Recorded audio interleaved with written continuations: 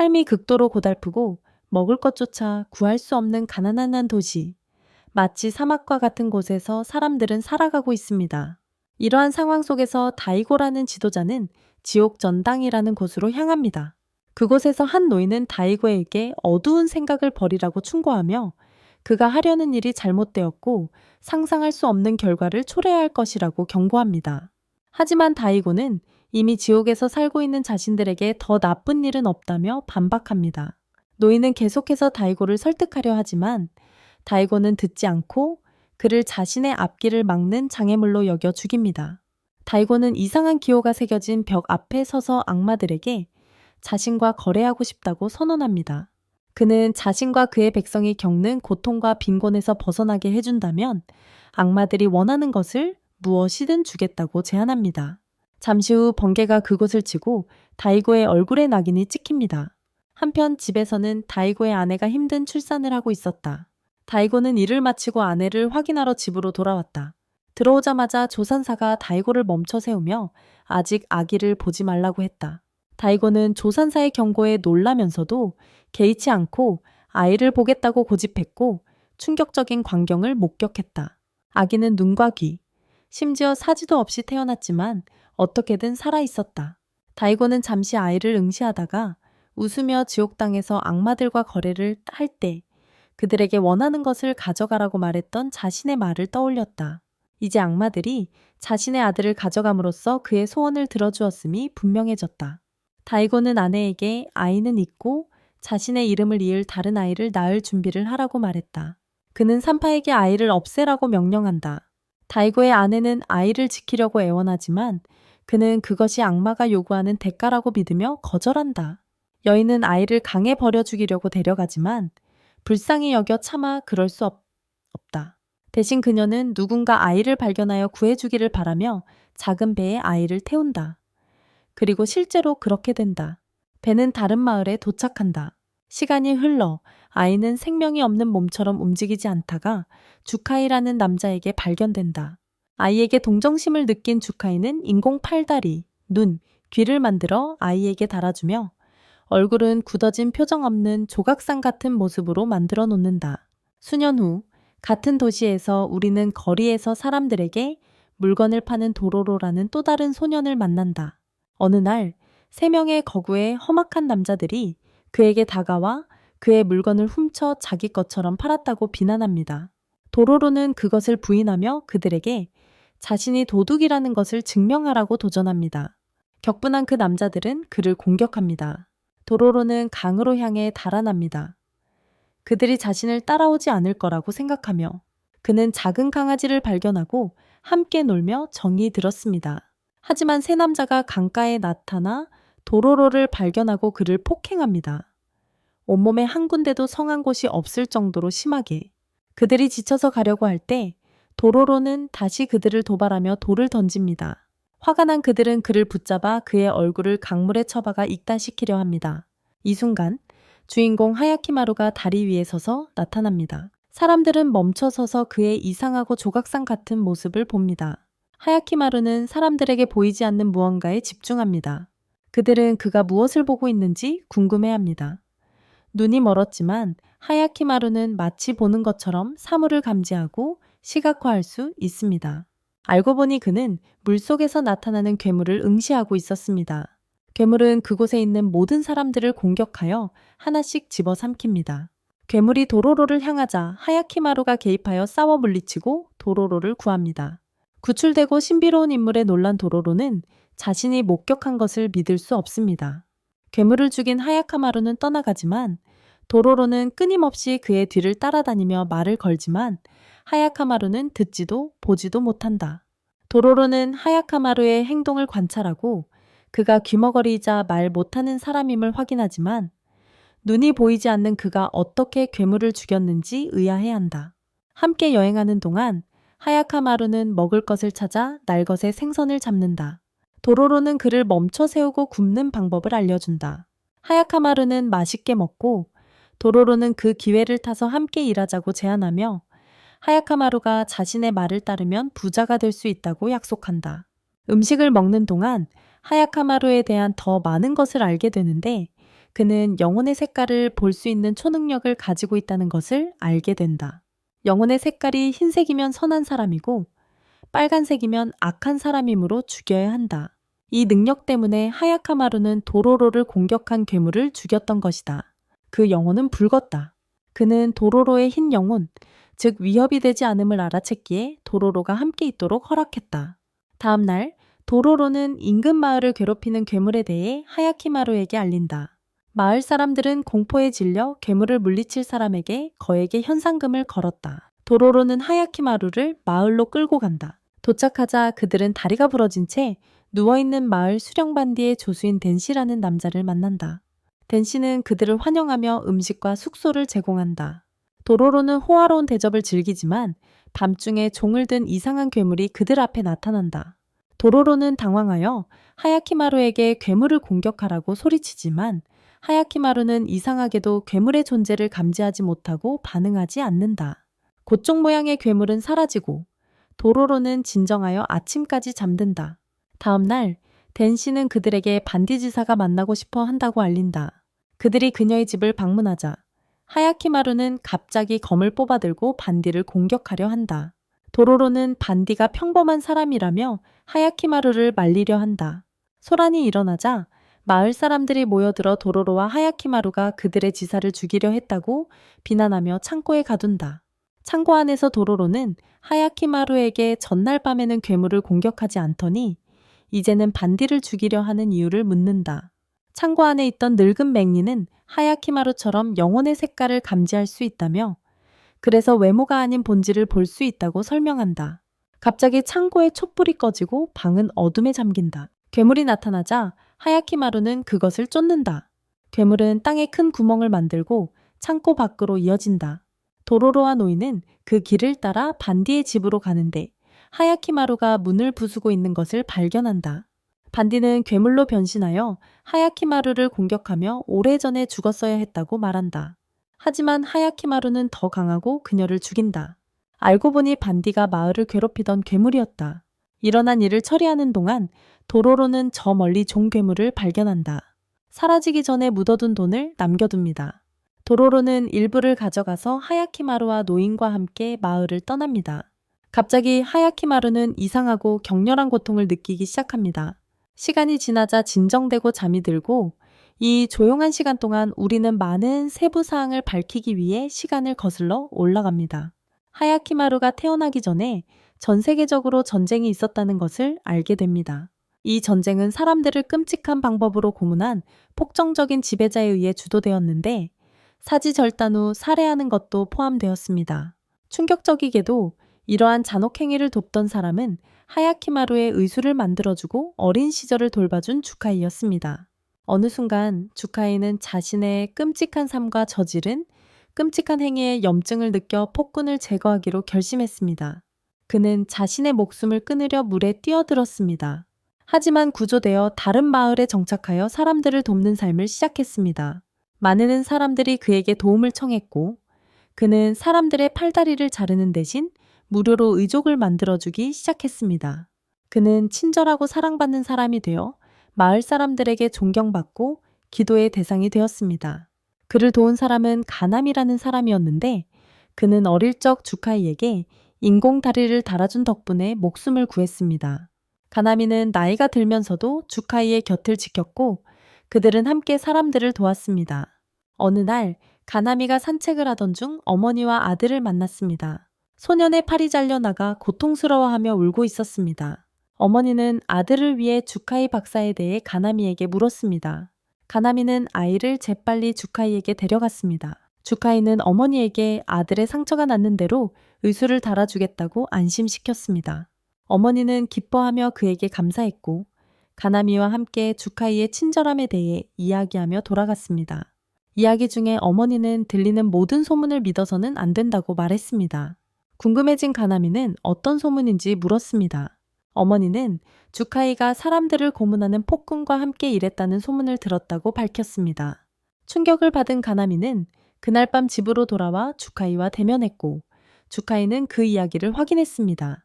폐허가 된 가나미는 그에게 가족의 죽음에 대한 책임을 물었습니다. 칼을 잡은 가나미는 복수심에 주카이를 죽이려 했지만 주카이는 그날 아침에 왔던 아이를 돕겠다고 어머니에게 약속했으니 그 후에 그렇게 하라고 차분히 말했습니다. 가나미는 마지못해 동의했습니다. 그리고 일주일 후 아이의 치료를 성공적으로 마치자 주카이는 가나미에게 원하는 대로 하라고 말했습니다. 하지만 가나미는 주카이가 그럴 가치가 없다며 자리를 떠났습니다. 주카이는 가나미의 떠남에 가슴 아파하며 강가에 앉아 생각에 잠겼습니다. 갑자기 작고 눈이 멀고 팔다리가 없는 아이가 탄 배가 자신을 향해 떠내려오는 것을 발견했습니다. 그것은 하야키마루였습니다. 주카이는 즉시 그를 구해 팔다리와 눈에 의수를 달아주고 자신의 아들처럼 사랑으로 키우며 글을 읽는 법도 가르쳤습니다. 하야키마루가 자라면서 주카이는 이상한 점을 발견했습니다. 마물들이 그들의 집을 공격하기 시작했는데 하야키마루를 특별히 노리는 것처럼 보였습니다. 주카이는 그에게 자기 방어법을 가르쳤습니다. 한편 먼 곳에서는 타하마라라는 소년이 훈련을 받고 있었습니다. 아버지를 보자 그는 아버지에게 달려가 자신이 하야키마루의 동생임을 밝혔습니다. 어머니는 여전히 그를 애도했지만 운명에 순응하며 하야키마루의 가족은 평범하게 살고 있었습니다. 세월이 흘러 하야키마루는 전투 기술을 익혀 많은 마물들을 물리쳤습니다. 어느 날 악귀를 물리친 후 격렬한 고통을 느끼고 쓰러졌다. 주카이는 하야카마루의 오른쪽 다리가 자연스럽게 재생된 것을 발견했다. 놀란 주카이는 하야카마루가 악귀를 물리칠 때마다 그의 몸의 일부가 회복된다는 것을 깨달았다. 결국 하야카마루는 떠나 스스로의 길을 개척하기로 결심했다. 주카이는 그에게 작별 인사를 건네며 어린 시절 배에 함께 있던 목걸이를 주었다. 그 후 하야카마루는 떠났다. 현재로 돌아와 하야카마루는 도로로와 노인이 옆에 있는 채로 깨어났고 그들은 그를 안심시켰다. 하야카마루는 불길을 밟았고 발이 타는 것을 느꼈지만 자신의 왼쪽 다리도 돌아왔다는 것을 깨달았다. 날들이 지나고 도로로와 야키마루는 여정을 계속했고 야키마루는 빗속에서 멈춰서서 가만히 서 있었다. 도로로는 감기에 걸리지 않으려고 집 처마 밑에 피했다. 오사키라는 소녀가 집에서 나와 빗속에 서 있는 야키마루를 보고 놀라며 그가 병에 걸릴까 염려했다. 도로로는 그가 움직이지 않고 반 시간 동안 거기에 서 있었다고 설명했다. 그는 오사키와 이야기를 나누며 그녀에 대해 묻고 왜 버려진 곳에 사는지 물었다. 그녀는 그곳이 오빠와 함께 사는 자신의 집이라고 설명했다. 하지만 오빠는 5년 전 군대에 갔고 이미 오래전에 돌아왔어야 했는데 아직 돌아오지 않았다고 했다. 그녀는 외로워서 매일 그의 무사 귀환을 기도했다. 도로로는 그녀가 오라버니와 재회하기를 바랐다. 바로 그때 한 남자가 비명을 지르며 달려오다가 등에 칼에 찔린 채 쓰러졌다. 하야키마루는 붉은색에서 악의 기운을 감지하고 현장으로 달려갔다. 도로로가 뒤따랐고 그들은 많은 시체와 칼을 든 한 남자를 발견했다. 하야키마루는 붉은 칼을 보고 악의 기운을 감지했지만 그 남자 자신은 흰색으로 보여 본성이 악하지 않다는 것을 알았다. 그 남자는 칼이 피해 굶주려 자신을 조종하여 사람들을 죽이게 했다며 자신의 행동을 통제할 수 없다고 주장했다. 하야키마루는 칼을 부수기 위해 공격했고 치열한 싸움이 벌어졌다. 칼이 하야키마루의 의수 중 하나를 꿰뚫었고 그는 의수를 잘라버리고 내던졌다. 칼의 영향에서 벗어난 남자는 쓰러졌다. 오사키는 쓰러진 남자를 발견하고 놀랍게도 그를 자신의 오빠 토사키로 알아봤다. 그녀는 기뻐하며 그를 집으로 데려왔다. 한편 하야키마루의 잘린 의수에 박힌 칼은 도로로가 우연히 집어들면서 회수되었고 칼은 그를 조종하기 시작했다. 칼은 도로로를 마을로 향하게 했다. 집에서 토사키는 오사키에게 자신의 이야기를 들려주었다. 5년 전 군에 있을 때 그는 무고한 사람을 처형하라는 명령을 받았다. 그는 망설이며 지휘관에게 그 사람을 살려달라고 간청했다. 대신 지휘관은 그에게 저주받은 검 니히루를 건넸다. 토사키가 그 검을 잡는 순간 그는 무고한 남자와 지휘관을 죽일 수밖에 없었고 5년간 지속된 피비린내 나는 난동을 시작했다. 그는 오사키에게 그 검이 자신에게 돌아올 것이라고 경고했다. 검의 지배 아래 도로로는 마을에 도착했다. 하야키마루는 그를 가로막고 무기를 빼앗았다. 검은 토사키 옆에 떨어졌고 그는 검의 부름에 굴복하여 다시 그것을 집어들었다. 그 영향 아래 토사키는 하야키마루를 공격했다. 오사키의 애원에도 불구하고 하야키마루는 토사키를 죽이고 검을 파괴하여 저주를 끝낼 수밖에 없었다. 오사키는 형의 죽음에 가슴 아파하며 울었다. 그때 하야키마루는 인공 귀가 떨어져 나가고 진짜 귀가 생겨나는 고통을 느꼈다. 처음으로 소리를 듣게 된 그는 오사키가 형을 위해 흘리는 울음소리를 들었다. 한편 다이고는 지옥의 홀에 앉아 하야키마루의 흔적을 찾을 수 없다는 목소리를 들었다. 다이고는 아들이 아직 살아있을지도 모른다는 의심을 품기 시작했다. 하야키마루는 도로로와 함께 숲에 앉아 귀가 몹시 아팠다. 그는 듣게 된 새롭고 낯선 소리들에 압도되어 많은 불편함을 느꼈다. 도로로는 그의 귀에 무언가를 묶어 소음을 줄여주기로 했다. 그때 하늘을 나는 괴물이 그들을 공격합니다. 하야키마루는 괴물을 물리치려 하지만 실패하고 전보다 약해져 있습니다. 괴물은 하야키마루를 심하게 다치게 하지만 노인이 나타나 괴물을 물리치고 하야키마루를 구합니다. 하지만 하야키마루는 중상을 입은 채로 남습니다. 도로로는 몹시 걱정하며 노인에게 하야키마루를 위한 약이 급히 필요하다고 말합니다. 노인은 근처 도시에 약이 있을지도 모르지만 문제는 그 도시가 모든 전쟁의 원흉인 잔혹한 스카이왕의 지배에 있다는 것입니다. 도시로 가는 것은 매우 위험할 수 있습니다.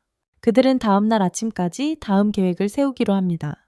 다음날 하야키마루는 아름다운 노랫소리에 눈을 뜹니다. 그는 소리를 따라가 아름다운 소녀가 물가에 서서 혼잣말로 노래하는 것을 발견합니다. 하야키마루가 다가가자 소녀는 그를 알아차리고 그가 다치고 열이 있다는 것을 깨닫고 걱정합니다. 착한 소녀는 하야키마루와 도로로 그리고 노인을 자신의 집으로 데려가 하야키마루를 간호합니다. 그녀는 완전히 회복할 수 있도록 다음날 도시에 가서 제대로 된 약을 구해오겠다고 약속합니다. 그녀는 자신이 혼자가 아니니 필요한 만큼 집에 머물러도 된다고 말합니다. 그녀는 또한 많은 부상당한 아이들을 돌봅니다. 도로로와 노인은 그녀에게 감사를 표하고 이름을 묻습니다. 자신을 미호라고 소개하며 밤새도록 일했다며 휴식을 취하겠다고 말합니다. 아이들에게 필요한 것이 있는지 물어보라고 합니다. 그러자 노인은 이곳이 도시와 너무 가까워 스카이의 병력이 언제든지 점령할 수 있으므로 더 안전한 곳을 찾아 둘러보겠다고 도로로에게 말합니다. 도로로는 동의하지만 다른 괴물이 공격할 경우를 대비해 너무 오래 걸리지 말라고 노인에게 부탁합니다. 한편 다이고는 화가 난 모습을 보입니다. 스카이가 모든 사람을 지배하고 있으며 아무도 그에게서 안전하지 않은 것 같습니다. 설상가상으로 다이고의 도시는 다시 쇠퇴하고 있습니다. 농작물을 재배할 수는 없어 식량이 부족합니다. 이것은 다이고를 몹시 좌절하게 만들었고 그의 아내는 그가 도시를 발전시키기 위해 희생한 아들을 상기시키며 그의 분노의 기름을 부었다. 그 도시는 이제 그 어느 때보다 더욱 악화되어 있었다. 그녀는 그들의 아들의 희생이 아무런 의미가 없었다는 것을 넌지시 비추었다. 아내의 말을 더 이상 참을 수 없었던 다이고는 좌절감에 절에 빠져떠났다. 하야키마루는 여전히 주변 소리에 고통받고 있었다. 그는 미호에게 다가가 손짓과 말로 노래를 불러달라고 부탁했다. 미호는 처음에는 그의 말을 이해하지 못했지만 도로로가 설명해주고 노래를 불러러 달라고 부탁하자 이해했다. 미호는 하야키마루를 위해 노래하기 시작했고 모두들 그녀의 부드러운 목소리에 매료되었다. 노인이 돌아와 그 순간을 방해하며 스카이 군대에서 멀리 떨어진 안전한 장소를 찾았다고 알렸다. 하지만 한 가지 문제가 있습니다. 그 지역에 괴물이 살고 있고 먼저 그것을 없애야 합니다. 하야키마루는 즉시 일어나 괴물을 죽이겠다고 결심합니다. 하지만 모두들 그를 막으려고 합니다. 그는 아직 부상 중이고 혼자서는 감당할 수 없을 만큼 약하다고 말입니다.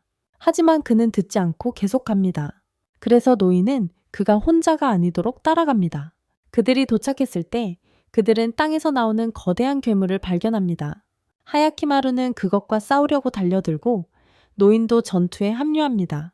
하지만 하야키마루는 그런 괴물을 이길 만큼 강하지 않았다. 싸움 도중 괴물은 하야키마루의 다리를 잘라내고 땅속으로 도망친다. 하야키마루는 고통스러워하며 비명을 지르고 노인은 속수무책으로 바라볼 뿐이다. 노인은 하야키마루를 미호의 집으로 옮길 수밖에 없었다. 도로로는 다친 하야키마루를 보고 당황하며 노인에게 무슨 일이 있었는지 묻는다. 노인이 설명하는 순간 하야키마루가 고통스러운 신음을 내며 목소리가 돌아왔음을 알린다.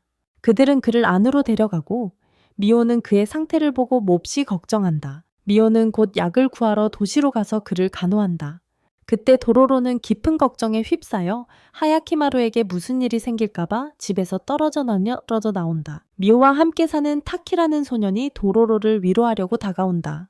타키는 자신과 미호가 전쟁으로 파괴된 논을 복구하고 집을 짓고 전쟁의 공포로부터 멀리 떨어진 평범한 사람들처럼 평화로운 삶을 사는 꿈을 이야기한다. 그는 하야키마루가 회복될 거라고 도로로를 안심시킨다. 도로로는 타키와 가까운 친구가 된다. 한편 다이고는 비가 온다는 소식을 듣고 기뻐하며 마침내 농사를 시작하고 정상적인 삶으로 돌아갈 수 있을 거라고 생각한다. 하지만 잠시 후 비가 그치자 다이고는 격분한다. 그는 경비병들에게 스카이와의 다가오는 전쟁을 위해 군대를 준비하라고 명령한다.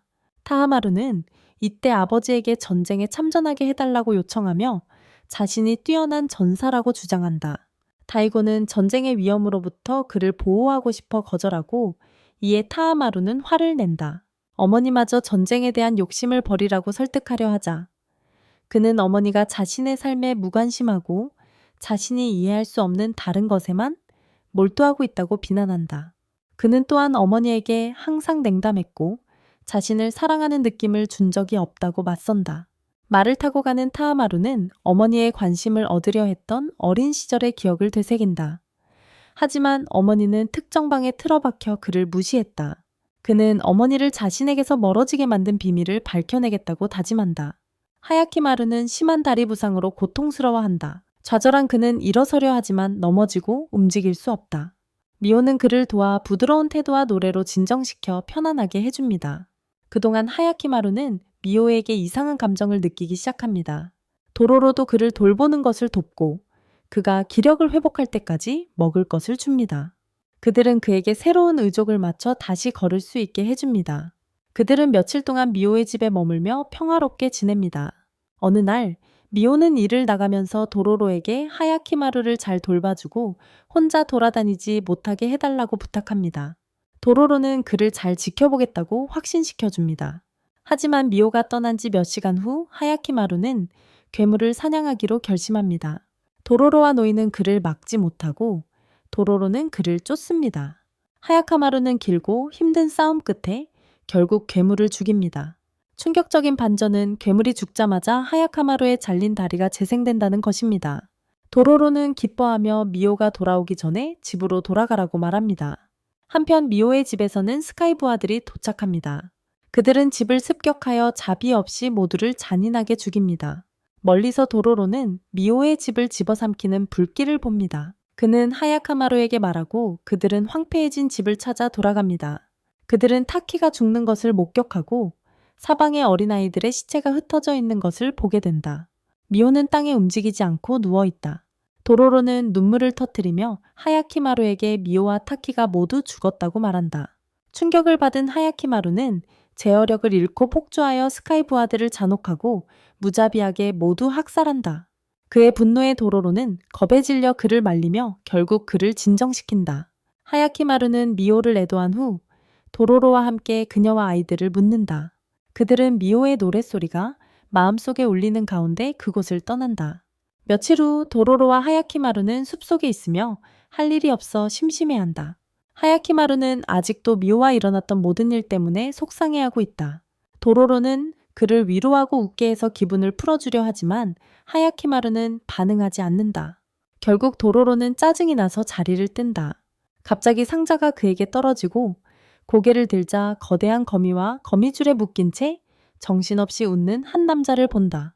하야키마루는 거미를 악마로 여겨 죽이려 하지만 거미가 그를 거미줄로 묶어 실패한다. 그는 거미를 다치게 하지만 거미는 도망친다. 그들은 현재 악마를 쫓을 힘이 없으므로 그냥 두기로 한다. 계속 걷다가 저 멀리 마을을 발견하고 다음날 아침에 들어가기로 한다. 도로로는 며칠 동안 제대로 먹지 못했기에 일자리나 돈을 벌 방법을 찾으려 한다. 한편 거미요괴는 오학이라는 이름의 약하고 부상당한 여인으로 변신한다. 야지라는 친절한 남자가 그녀를 발견하여 일으켜 세우고 갈 곳 없는 그녀를 자신의 집으로 데려간다. 그는 그녀를 돌보고 음식을 해주며 회복될 때까지 원하는 만큼 머물러도 된다고 말한다. 그는 그녀에게 이름이 없기에 자신의 가장 좋아하는 꽃의 이름을 따서 오하기라고 이름을 지어준다. 오하기는 야지의 친절함을 보며 그가 다른 인간들과 다르다는 것을 깨닫는다. 그녀는 그의 영혼을 아직 삼키지 않기로 한다. 한편 도로로와 하야키마루는 같은 마을에 도착하여 사람들을 납치하는 괴물에 대한 현상 수배지와 괴물을 잡거나 죽이는 사람에게 주는 큰 상금을 보게 된다. 도로로는 이것을 절호의 기회로 보고 하야키마루를 설득하여 현상금을 노리고 괴물을 쫓도록 합니다. 그들은 괴물을 찾아 나서지만 흔적을 찾지 못합니다. 한편 오하기는 야지의 집에서 기력이 약해져 있습니다. 어느 날 밤 야지가 잠든 사이 오하기는 배가 고파 그의 영혼을 먹을까 고민하지만 대신 근처에 놓인 밥 한 그릇을 먹습니다. 다음날 아침 그녀의 상태는 더욱 악화되었습니다. 야지는 걱정되어 가까운 마을로 데려가 치료를 받게 해주자고 제안합니다. 야지의 따뜻한 마음에 감동한 오하기는 그와 함께 가기로 합니다. 그날 밤 마을을 떠나던 중 그들은 하야키마루와 도로로를 만납니다. 도로로는 오하기를 거미 요괴로 알아보고 비난한다. 하지만 야지는 그녀를 감싸며 자신이 그녀를 지키기 위해 사람들을 납치했다고 주장한다. 마을 사람들이 이를 엿듣고 야지를 범인으로 여겨 잡으려 한다. 오하기가 개입하여 마을 사람들을 물리친다. 하야키마루가 그녀를 막으려 하자 오하기는 그를 거미줄로 묶고 야지와 함께 도망친다. 야지는 그녀를 동굴로 데려가 안전하게 살 수 있는 곳이라고 약속한다. 오하기는 그에게 함께 살자고 권한다. 그리고 두 사람은 함께 더 나은 보금자리를 찾기로 한다. 그들의 행복은 짧았다. 마을 사람들이 그들을 추적해 야지에게 화살을 쏘았다. 오하기는 분노하여 마을 사람들을 공격해 죽였다. 그녀를 막으려 하야키마루가 도착했지만 그녀의 영혼이 하얗게 변하는 것을 보고 주저했다. 오하기는 야지와 함께 도망쳤고 두 사람은 그곳을 떠났다. 다음 날 도로로는 그 사건에 대해 쉴 새 없이 이야기하며 요괴와 인간이 사랑에 빠질 수 있다는 사실에 놀라워했다. 그의 제잘거림에 하야키마루는 드디어 작게 미소 지었다. 며칠 후 먼 마을에서 사람들은 새로운 재앙에 직면했다. 검은 가죽비가 하늘에서 쏟아져다. 그들은 니오카사의 각성을 두려워하며 공황 상태에 빠진다. 그들은 니오카사가 자신들을 모두 파멸시킬 것이라고 믿는다. 한편 도로로와 야키마루는 길을 잃고 헤매면서 그 지역의 역겨운 냄새에 대해 불평한다. 그들은 하얀 옷을 입고 신부를 모시고 있는 사람들을 만난다. 도로로는 자기 또래의 소년이 그들에게 새총을 쏘지만 빗나가는 것을 알아차린다. 호기심이 생긴 도로로는 그에게 다가간다. 소년 사로는 자신이 괴물에게 신부로 바쳐질 자신의 누나를 구하려 한다고 설명한다. 충격을 받은 도로로는 자초지종을 묻는다. 사로는 니오카사가 마을을 위협하고 있으며 그것을 달래는 유일한 방법은 신부를 희생시키는 것이라고 설명한다. 도로로는 작은 대가를 조건으로 도와주겠다고 약속한다. 사로는 동의하고 강에서 주운 금을 그에게 준다. 기뻐하는 도로로는 사로에게 자신과 하야키마루가 그의 여동생을 구할 것이라고 확신시켜준다. 세 사람은 괴물의 소굴로 향한다. 그들은 신부를 지키는 마을 사람들과 싸우고 사로는 여동생의 묶인 끈을 풀려고 한다. 그녀는 마을과 사로를 위해 자신을 희생해야 한다며 도망치기를 거부한다. 사로는 거절하며 그녀에게 도망치라고 애원한다. 그들이 도망치기 전에 뇨카사가 나타나 공격한다. 도로로는 하야키마루에게 싸움을 부추기지만 괴물의 검은 안개 때문에 시야를 확보할 수 없어 싸울 수 없다. 괴물이 사로를 노리고 그의 누이는 사로를 구하려다 괴물에게 삼켜진다. 사로는 비통에 잠겨 눈물을 흘리며 집으로 돌아온다. 도로로는 그를 따라가 사로의 과거를 알게 된다. 사로는 그의 누이는 친누이가 아니라 고아였던 자신을 거두어준 친절한 여인이라고 설명한다. 도로로는 감동하여 그녀의 원수를 갚겠다고 맹세하지만 검은 안개 때문에 하야키마루는 싸울 수 없다. 도로로와 사로는 괴물을 물리칠 계획을 세운다. 도로로는 신부로 변장하여 뇨카사를 안개 밖으로 유인하고 사로는 불화살로 괴물을 공격한다. 계획은 성공하지만 괴물은 허물을 벗고 더 커지며 불에 면역이 됩니다. 뇨카사는 사로와 도로로를 발견하고 공격하지만 하야키마루가 딱 맞춰 도착하여 화살을 쏘는데 우연히 괴물의 눈에 명중합니다. 고무된 도로로는 또 다른 계획을 세웁니다. 괴물 위로 올라가 소리쳐서 하야키마루에게 위치를 알려줄 것입니다.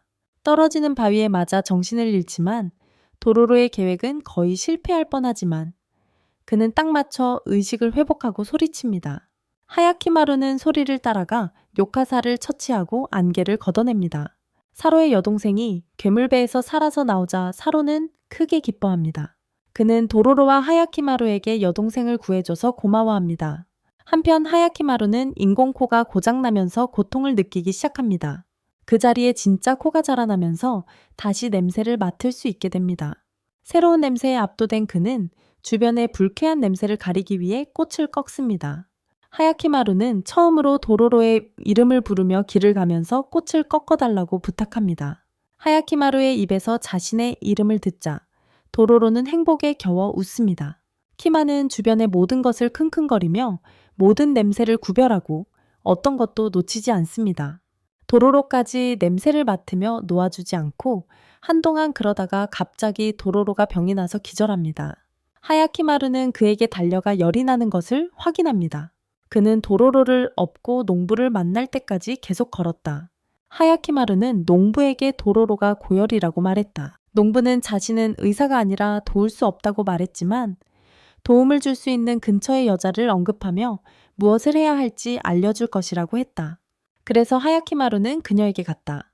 그 여자는 매우 친절했다. 그녀는 그에게서 도로로를 받아 치료하기 시작했다. 도로로는 고열 진단을 받았고 한동안 쉬어야 했다.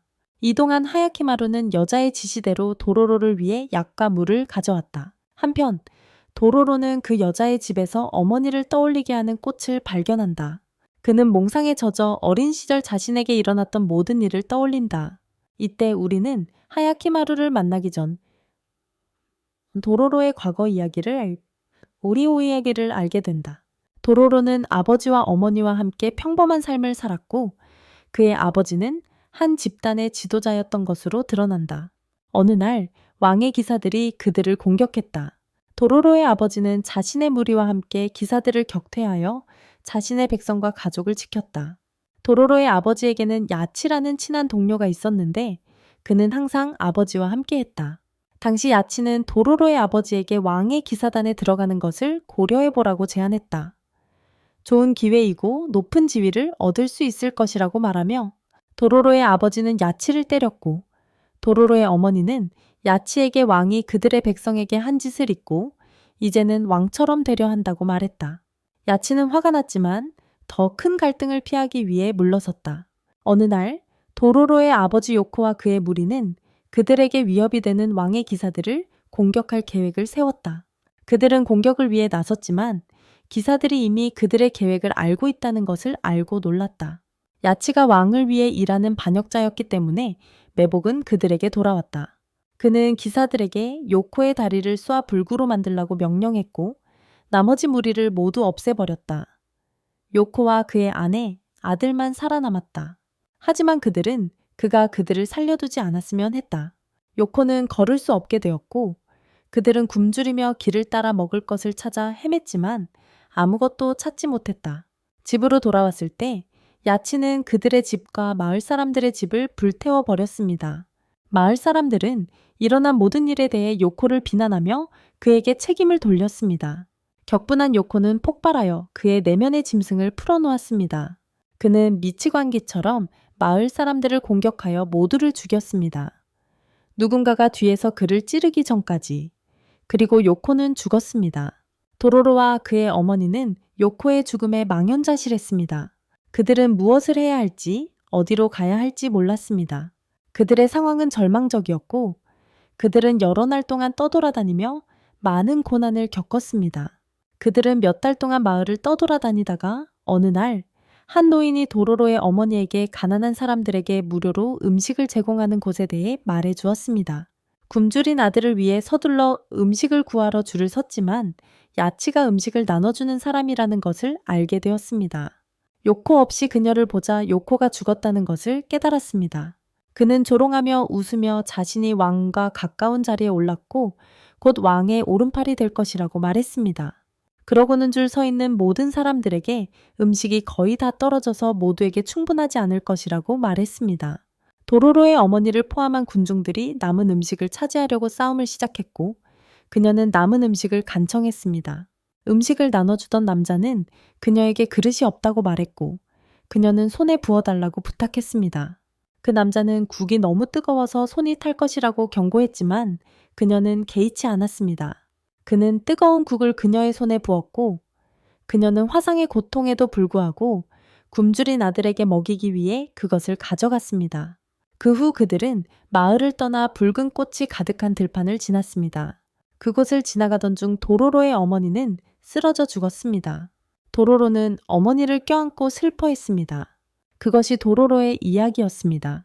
그리고 그가 병들었을 때 보았던 꽃은 어머니가 죽었던 곳의 꽃과 같은 꽃이었기에 그는 그 꽃을 싫어했습니다. 열이 내린 후 도로로와 하야키마루는 그곳을 떠났습니다. 도로로는 훨씬 좋아진 상태였고 쉴 새 없이 제잘거려 하야키마루를 짜증나게 했습니다. 후에 다이고가 서서 한 남자와 이야기하는 장면이 나옵니다. 그 남자는 의술을 단 16세 소년이 요괴를 물리친다는 소문이 퍼졌다고 알립니다. 다이고는 그 소년이 자신이 찾던 소년일지도 모른다고 생각하고 그 남자에게 가능한 한 빨리 그 소년을 찾아 데려오라고 명령합니다. 근처에 서 있던 대조마루는 그들의 대화를 엿듣고 아버지의 관심을 그토록 사로잡은 16세 소년이 누구인지 궁금해한다. 대조마루는 그 소년에게 무언가가 있다고 느끼고 자신의 경호원이기도 한 미츠와 호조에게 아버지와 함께 있던 남자를 데려오라고 명령한다. 몇 가지 질문을 하려는 것이다. 한편 하야키마루와 도로로는 강가에서 빨래를 하고 있다. 도로로는 하야키마루에게 풍족한 땅에 대한 이야기를 듣고 거기에 가는 것을 꿈꾸며 며칠 후 그곳으로 향하기로 한다. 대조마루는 아버지와 함께 있던 남자를 만나러 가고 미츠는 대조마루의 질문에 답하도록 그 남자를 데려왔다. 하지만 그 남자는 대조마루에게 아무것도 말하려 하지 않는다. 그가 하는 말이라고는 다이고가 그 소년을 급히 필요로 한다는 것뿐이다. 대조마루가 소년과 아버지의 관계에 대해 묻자 그 남자는 전혀 대답하지 않는다. 이에 격분한 대조마루는 말을 타고 평소 화가 날 때면 찾던 곳으로 향한다. 미츠와 호조는 그를 따라가고 대조마루가 어떻게 자신을 찾았는지 묻자 그들은 그가 어릴 적부터 슬플 때면 그곳을 찾았다고 간단히 말한다. 대조마루는 어린 시절을 떠올리며 미츠와 호조가 자신을 가장 사랑하고 보살펴준 거의 부모와 같은 두 사람이었음을 기억한다. 그는 늘 곁을 지켜주고 버리지 않은 그들에게 감사를 표한다. 그들은 그를 설득하여 집으로 돌아가게 하고 그는 말에 올라타 집으로 향한다. 가는 길에 마을을 지나는데 마을 사람들이 대조마루를 붙잡고 죽음에서 구해달라고 애원한다. 대조마루가 무슨 일인지 묻자 한 마을 사람이 물속에 괴물이 있어서 고기잡이를 나갈 때마다 배를 침몰시키고 사람들을 잡아먹는다고 설명한다. 그들은 고기잡이가 생계의 유일한 수단이기 때문에 괴물을 없애달라고 간청한다. 태조마루는 당연히 돕겠다고 동의하고 미츠와 호조와 함께 괴물을 보러 갑니다. 그들은 배를 타고 얼마간 항해하다가 거대한 소용돌이를 발견하고 괴물이 나타나 그들을 공격합니다. 미츠, 호조, 그리고 태조마루는 괴물과 싸워 심하게 다치게 하지만 괴물은 물러서지 않고 그들의 배를 파괴합니다. 태조마루는 모든 배가 파괴되기 전에 재빨리 후퇴해야 한다고 결정합니다. 해안에 도착하자마자 태조마루는 잠시 생각한 후 미츠와 호조와 함께 높은 곳으로 올라갑니다. 그는 호조에게 자신을 들어 올려 주변을 더 잘 살펴보게 하고 강 옆에 넓은 빈 공간이 있음을 알아챕니다. 태조마루는 기발한 생각을 떠올립니다. 그들은 강 옆에 새로운 호수를 만들고 댐을 건설한 다음 강물을 호수로 빼내야 합니다.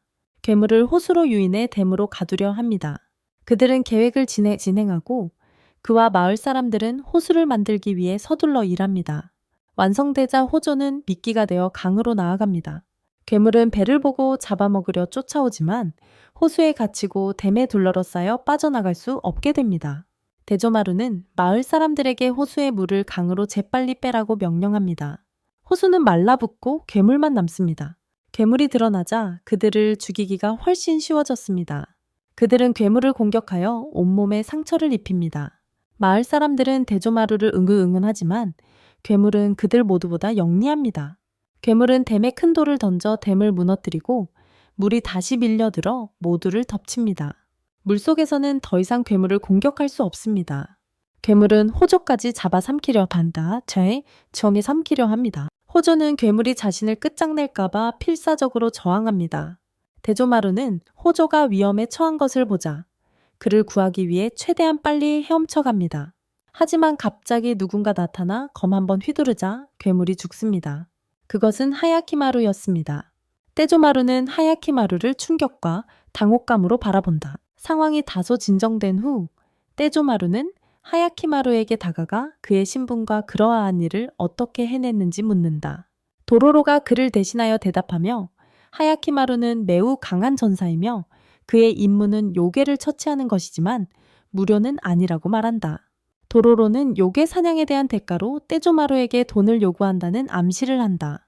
떼조마루는 그가 요구한 돈을 주고 마물로부터 마을을 구해준 것에 감사를 표한다. 떠나기 전에 도로로는 떼조마루에게 다이고의 영지 위치를 묻고 떼조마루는 길을 설명해 준다.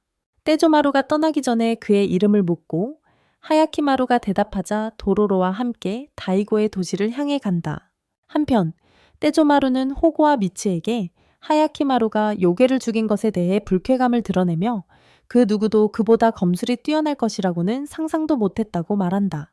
미츠는 그에게 하야키마루 같은 평범한 사람과 자신을 비교해서는 안 된다고 말하며 그가 다이고의 영지를 이을 사람임을 상기시킨다. 도시에서 하야키마루와 도로로는 거리를 거닐며 분위기를 즐기지만 이상한 생김새의 한 여자가 노래를 부르자 이상한 일이 발생한다. 그녀는 하야키마루를 멀리서 보고는 괴물의 아들이라고 외치며 공포에 질려 도망친다. 하야키마루와 도로로는 마을 사람들이 공연하는 연극을 보러 간다. 그들은 기근과 빈곤으로부터 그들을 구해준 영웅으로 다이고를 묘사하며 그의 이야기를 전하지만 다이고가 이 모든 것에 대해 치른 대가는 알지 못한다. 도로로는 연극을 즐겁게 관람하고 음식을 사면서 가지고 있는 돈으로 며칠 동안 여기서 머물며 괴물 사냥을 쉬이자고 하야키마루에게 말한다. 연극을 보는 동안 도로로는 전에 함께 있었던 노인이 앉아서 관람하는 것을 알아차린다. 연극이 끝난 후 도로로는 그에게 말을 걸러가고 세 사람은 함께 앉는다. 도로로는 그가 없는 동안 일어난 모든 일, 미호의 죽음과 그들이 겪었던 모든 것을 그에게 이야기한다. 도로로는 그에게 왜 여기에 왔냐고 묻고 노인은 이곳에 죽은 괴물들이 있다는 말을 듣고 보러 왔다고 대답한다. 그들은 서로 작별 인사를 하고 각자의 길을 간다. 한편 다이고는 미츠와 호고와 함께 서 있는데 그들은 그에게 일어난 일과 그들을 쫓던 괴물을 물리친 의술을 단 16세 소년에 대해 이야기한다. 다이고는 그 소년이 자신의 아들이라는 것을 깨닫는다. 그의 아내는 그들의 대화를 엿듣고 아들이 살아있다는 것을 깨닫는다. 그녀는 다이고가 아들을 내버려두지 않을 것을 알고 그를 위해 운다.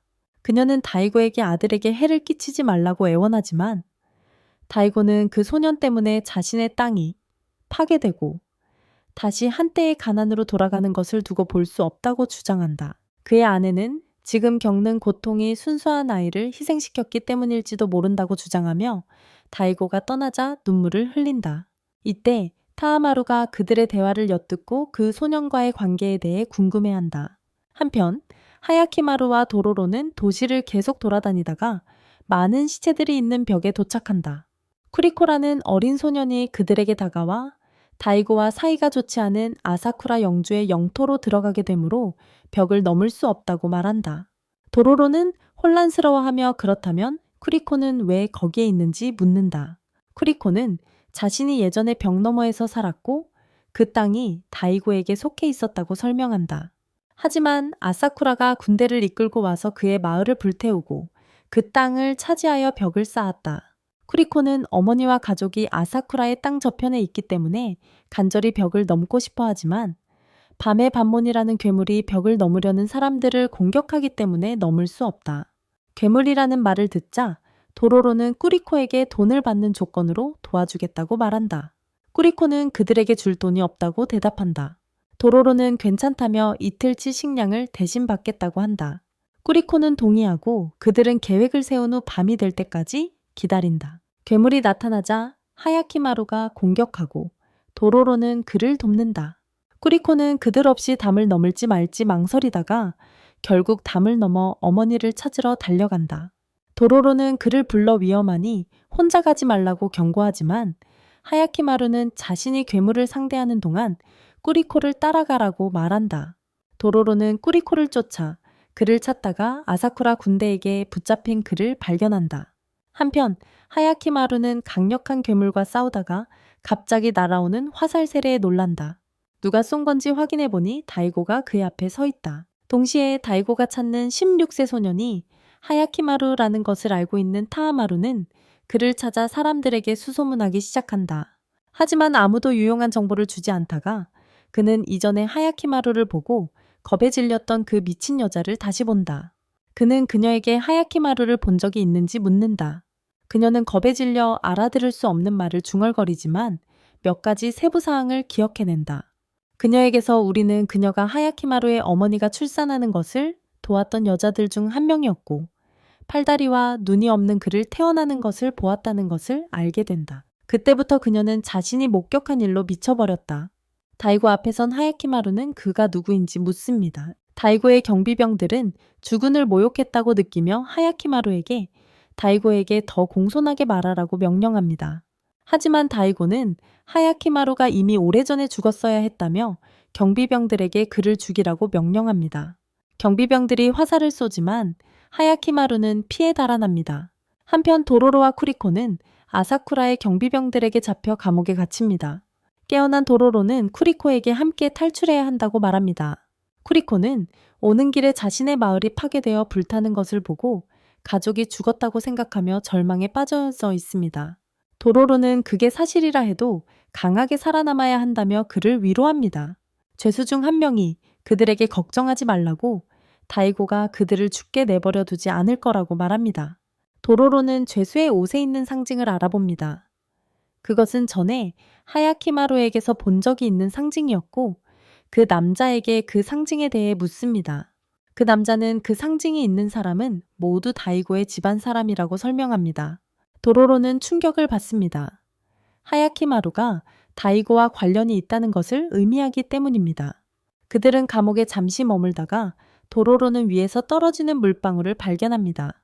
위를 올려다보니 그들이 탈출할 수 있는 작은 구멍이 보입니다. 그는 쿠리코에게 구멍을 통해 탈출하여 하야키마루를 찾고 구출하러 돌아오겠다고 말합니다. 도로로는 작은 구멍을 통해 성공적으로 탈출하여 감옥에서 도망칩니다. 한편 타하마루는 집으로 돌아와 어머니와 대치합니다. 알고 보니 그는 모든 것을 알게 되었고 미친 여자가 그가 알고 싶어하는 모든 것을 말해주었습니다. 그는 어머니를 질책하며 어떻게 자신의 아들을 희생할 수 있었는지 이해할 수 없다고 말합니다. 다이고가 그 말을 듣고 개입하여 나라를 구하기 위해 하야키마루를 희생시킨 것은 자신이라고 설명합니다. 그는 타하마루에게 그 당시의 상황을 이해하지 못한다고 말합니다. 타하마루는 그렇더라도 다이고는 자신의 아들을 희생시켰어서는 안 되었다고 주장합니다. 다이고는 언젠가 타하마루가 자신의 결정을 이해하게 될 것이라고 주장하지만 그들은 하야키마루가 그들의 대화를 듣고 그들 앞에 서 있는 것을 보고 모두 충격을 받습니다. 그의 어머니가 그를 부르고 다이고는 경호원들에게 그를 죽이라고 명령합니다. 하야키마루는 도망치다 도로로를 만나고 도로로는 그에게 상징에 대해 이야기해주며 그가 다이고의 아들이라는 것을 깨닫도록 도와줍니다. 두 사람은 먼저 쿠리코를 구출하고 나중에 하야키마루 가족 문제를 해결하기로 합니다. 성벽에 도착하자 그들은 쿠리코와 다른 포로들이 묶여있는 것을 발견하고 아사쿠라의 병사들은 그들을 화살로 처형하려 합니다. 하야키마루가 개입하려 하자 반몬 괴물이 다시 나타납니다.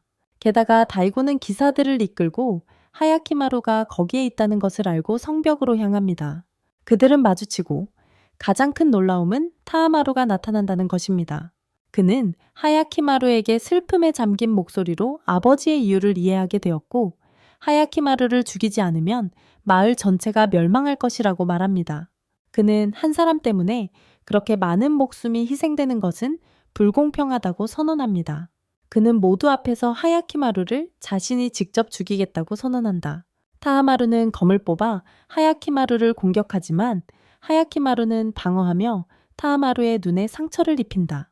하야키마루는 담 너머로 가서 괴물을 처치하고 쿠리코를 풀어주며 구출한다. 하지만 전투가 계속되기 전에 그들의 어머니가 뛰어들어 모든 것을 멈춘다.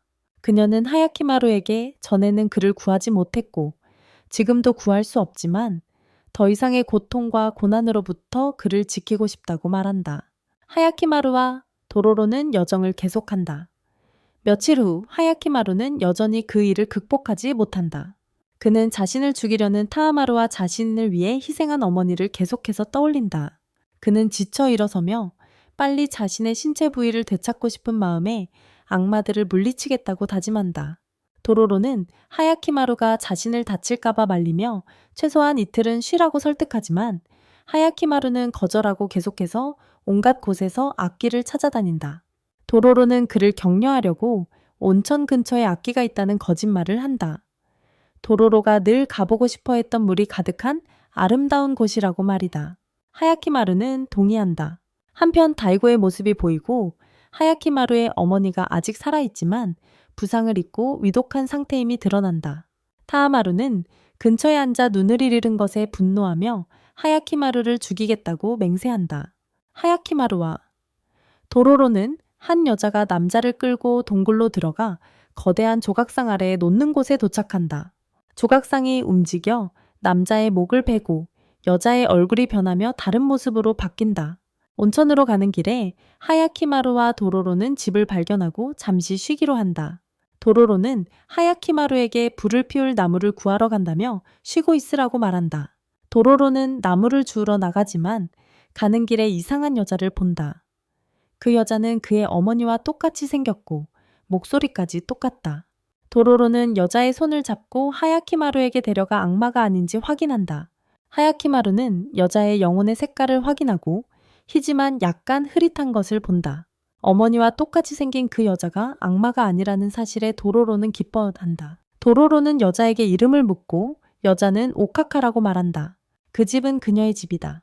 도로로는 그녀에게 잠시 머물러둬도 되는지 묻고 그녀는 승낙하며 그들에게 식사를 대접한다. 도로로는 그녀와 이야기를 나누며 동굴에서 본 조각상과 그 얼굴이 왜 변형되었는지 질문한다. 그녀는 그에게 이야기를 들려준다. 옛날 아주 먼 옛날 마을에는 조각을 아주 잘하는 조각가가 살았습니다. 어느 날 그는 전에 아무도 본 적 없는 얼굴을 가진 거대한 조각상을 만들기로 결심했습니다. 하지만 매번 시도할 때마다 사람들의 감탄을 자아낼 얼굴을 만들지 못하자 매번 부수어 버렸습니다. 결국 그는 좌절하여 사람들이 자신을 미워했기에 성공하지 못하도록 비난만 했다는 것을 알게 되었습니다. 수년간의 헛된 노력에 가슴 아파하며 그는 마지막으로 만든 얼굴을 부수고 세상을 떠났습니다. 도로로는 조각가가 불쌍하게 여겨졌습니다. 하지만 오카카는 그에게 잊으라고 말하고 음식을 준다. 식사를 마친 후 하야키마루는 주위의 모든 것을 알아채지 못하고 깊은 잠에 빠지고 도로로도 잠들려고 한다. 그는 오카카에게 자신의 어머니를 닮았다며 좋아한다고 말한다. 그녀는 조각가에 대한 이야기를 마칠 수 있다고 말한다. 조각가가 죽자 그의 영혼은 두 갈래로 나뉘죠? 한쪽은 조각상에 들어가고 다른 한쪽은 오카카에게 들어갔다. 이제 두 영혼은 사람들에게 복수하고 인간을 증오하며 그들의 머리를 잘라 복수를 한다. 그녀는 하야키마루와 도로로를 묶어 조각상으로 끌고 가지만 아이의 얼굴은 필요 없다며 도로로를 남겨둔다. 도로로는 스스로 풀고 하야키마루를 구하기 위해 그녀를 쫓는다. 그는 하야키마루가 깨어나 묶인 것에서 벗어날 때까지 그녀를 충분히 지체시킨다. 그는 주위를 둘러보고 조각상의 영혼이 붉다는 것을 알아채고 그것이 악이며 파괴되어야 함을 깨닫는다. 먼저 그는 오카카를 죽이고 조각상 위로 뛰어올라 기형적인 얼굴 위에 선다. 그러자 조각상 손에 든 칼이 움직여 얼굴을 쳐서 파괴한다. 조각상 안에 있던 영혼이 빠져나온다. 도로로는 오카카가 자신의 어머니와 닮았고 그녀 곁에서 안전함을 느꼈기에 그녀의 죽음에 슬퍼한다. 그는 그녀가 계속 남아있었으면 하고 바란다. 하야키마루는 그를 위로하며 온천으로 가자고 말한다. 도로로는 기운을 차리고 두 사람은 함께 온천으로 가서 분위기를 즐기며 행복하게 수영한다. 근처에서 그들은 노인을 발견한다. 도로로는 놀라서 노인이 어떻게 항상 나타나는지 묻는다. 노인은 그저 우연이라고 대답한다. 도로로는 별로 신경 쓰지 않고 곧 몇몇 아이들이 와서 그들 주위에서 놀기 시작한다. 아이들은 도로로의 등에 알아볼 수 없는 지도가 그려져 있는 것을 보고 놀란다. 도로로의 등에 지도가 있다는 것을 깨닫자 노인은 충격을 받는다. 도로로의 부모가 살아있던 시절로 돌아가는 장면이 나온다. 도로로의 아버지는 전쟁 후 사람들이 집을 재건하고 삶으로 돌아갈 수 있도록 비밀 장소에 많은 돈을 숨겨두었다. 하지만 하야키가 그들을 배신하고 그의 아버지가 다리가 다친 후 그는 죽을 경우를 대비해 누군가에게 돈에 대해 말해야겠다고 결심했습니다. 그는 아내에게 말하려 하지만 아내는 지금 말하면 가난과 굶주림 때문에 절망해서 돈을 가져갈 수도 있다며 그를 막습니다. 그들은 타협하고 도로로의 아버지는 지도 일부를 아내의 등에 그립니다. 그가 죽은 후 도로로의 어머니는 지도의 나머지 부분을 도로로의 등에 그렸고 그 지도는 열에 노출되었을 때만 나타납니다. 현재로 돌아와서 노인은 도로로에게 그 지도가 보물지도이며 그 보물은 가난한 사람들을 위해 마련된 것이라는 말을 들었다고 말합니다. 그는 도로로에게 이제 자신을 위해 돈을 가져갈지, 사람들에게 줄지, 아니면 하야키마루와 함께 악마를 물리치는 길을 계속 갈지, 돈에 대해 잊을지를 결정해야 한다고 말합니다. 도로로는 어떻게 해야 할지 몰라 혼란스러워하며 그 돈이 자신과 다른 사람들의 삶을 어떻게 바꿀 수 있을지 생각합니다. 그는 하야키마루의 의견을 묻기 위해 가지만 하야키마루는 평소처럼 대답하지 않고 도로로는 답을 얻지 못합니다. 그들은 계속 걷다가 도움을 요청하는 유령 여자를 만난다. 그 옆에는 괴물을 닮은 거대한 아이 같은 형상이 있는데 도로로에게 달라붙어 들어올리며 엄마라고 부른다. 도로로는 하야키마루에게 도움을 청하지만 하야키마루는 괴물이 아니라고 말하며 그냥 둔다. 아이는 여전히 도로로를 놓지 않고 업은 채 그들은 여정을 계속한다. 마침내 그들은 휘발유 냄새가 강하게 나는 불탄 장소에 도착한다. 도로로와 하야키마루는 어리둥절해 하고 갑자기 사바이라는 남자가 나타난다. 그가 나타나는 순간 아이는 사라진다. 사바이의 영혼의 색깔은 희한하다. 흰색에 붉은색이 둘러싸고 있다. 사바이는 자신이 마을의 수장이며 여행자들을 맞이하고 그들의 이야기를 듣는 것을 즐기므로 자신의 집에서 저녁 식사를 하자고 초대합니다. 도로로는 음식이 있다는 말에 즉시 동의하고 두 사람은 사바이의 집으로 갑니다. 사바이는 음악으로 멋진 분위기를 연출합니다. 도로로는 그에게 불탄 곳 근처에서 본 아이와 여자의 유령에 대해 묻습니다. 사바이는 불타버린 곳이 고아원이었으며 보육원 직원들이 아이들에게 학대를 하고 심지어 잘못 행동하면 아이들을 팔았다는 것 외에는 잘 모른다고 말합니다. 어느 날 벼락이 고아원을 치면서 불이 났습니다. 그들이 본 괴물들은 그곳에서 죽은 사람들의 영혼일 수 있습니다. 이야기를 마친 후 사바이는 그들에게 잘 곳을 보여줍니다. 도로로는 하야키마루에게 사바이의 이야기를 믿느냐고 묻는다. 하야키마루는 아니라고 한다. 만약 번개가 쳐서 불이 났다면 땅에 휘발유가 있을 리가 없고 그 냄새가 진동하는 이유도 설명되지 않기 때문이다. 이는 사바이가 주장한 것처럼 번개가 아니라 누군가 고의로 불을 질렀다는 것을 시사한다. 도로로는 하야키마루의 말이 일리가 있다고 동의한다. 갑자기 거대한 애벌레가 그들을 공격한다.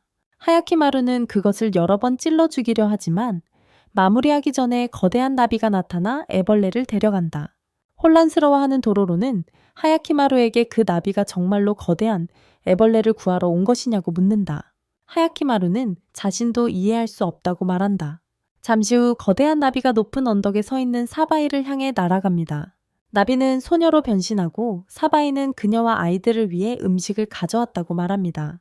소녀는 하야키마루를 이길 수 없었고 패배했다고 말합니다. 사바이는 충격을 받지만 자신이 처리하겠다고 안심시켜 줍니다. 다음 날 사바이는 도로로와 하야키마루를 아침 식사에 초대합니다. 그들은 잠시 앉아서 전날 일어났던 일에 대해 이야기합니다. 사바이는 아무것도 모르는 척하며 며칠 동안 머물 것을 제안합니다. 도로로는 먹을 것을 준다면 동의합니다. 아침을 먹고 나서 도로로는 하야키마루에게 사바이가 마을에 무료로 머물게 해주겠다고 한 게 믿기지 않는다며 마을을 둘러보러 간다고 말한다. 도로로는 마을을 돌아다니며 겨울이 오기 전에 최대한 많은 것을 심으려고 열심히 일하는 마을 사람들을 본다. 그는 친절한 사람들과 함께 즐거운 분위기를 감지하고 어린 소녀가 자신과 할머니와 함께 식사하도록 초대한다. 도로로는 그들과 함께 식사하고 할머니는 그에게 사바이에게 감사해야 한다고 그가 그들의 모든 축복의 이유라고 말한다. 도로로는 기회를 잡고 할머니에게 불탄 집에 대해 묻는다. 할머니의 표정이 변하고 그녀는 대답하기를 거부하며 손녀를 데리고 가 버린다. 주변 사람들이 도로로에게 불안한 시선을 보낸다. 한편 하야키마루는 사바이를 의심하며 무언가 잘못되었음을 감지한다. 어느 날 하야키마루는 사바이가 집을 나서는 것을 보고 그를 따라갑니다. 사바이는 결국 자신이 뒤쫓기고 있음을 깨닫고 마을이 내려다 보이는 높은 곳으로 그를 인도합니다. 그는 하야키마루에게 자신이 이곳에 자주 온다고 말하고 마을의 역사에 대해 약간 이야기합니다. 옛날에 왕의 군인들이 와서 마을의 많은 부분을 파괴하고 불태우고 모든 식량을 훔쳐갔다고 설명합니다. 마을은 혼란에 빠졌고 사람들은 서로 훔치기 시작했습니다. 마치 지옥과 같았습니다. 사바이는 그 후 하야키마루에게 자신이 질서를 회복하고 마을의 평화를 가져왔다고 말합니다. 그는 마을의 모든 것, 사람이든 괴물이든 자신이 보호하고 있으며 하야키마루가 그들에게 해를 끼치는 것을 허락하지 않을 것이라고 말합니다. 그는 하야키마루가 괴물을 죽이러 왔지만 그가 죽이려는 나비와 생물들이 마을을 처음부터 다시 건설하는 데 도움을 주었다고 언급하기도 합니다. 한편 마을을 계속 돌아다니던 도로로는 큰 창고 건물을 우연히 발견합니다. 호기심에 못 이겨 그는 몰래 안으로 들어가는데 처음에는 저장된 음식만 보입니다. 하지만 그때 그는 바닥에 있는 무언가에 걸려 넘어집니다. 숨겨진 문입니다. 그가 문을 여는 순간 마을 사람이 그를 안으로 밀어 넣으며 사과하고 백성을 위해 어쩔 수 없었다고 말합니다. 안에서 도로로는 붉은 눈에 둘러싸여 있는 자신을 발견합니다. 그것들이 가까이 다가오자 큰 유충으로 변해 그를 쫓아옵니다. 도로로는 벽에 부딪힐 때까지 달리고 애벌레들이 거의 잡을 뻔한 순간 이전에 나왔던 괴물 같은 아이가 나타나 도로로를 구합니다.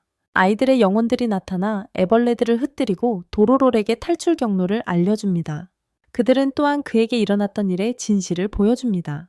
오래전에 그 집이 실제로 불타버렸고 사바이와 마을 사람들이 그랬다는 것이 밝혀집니다.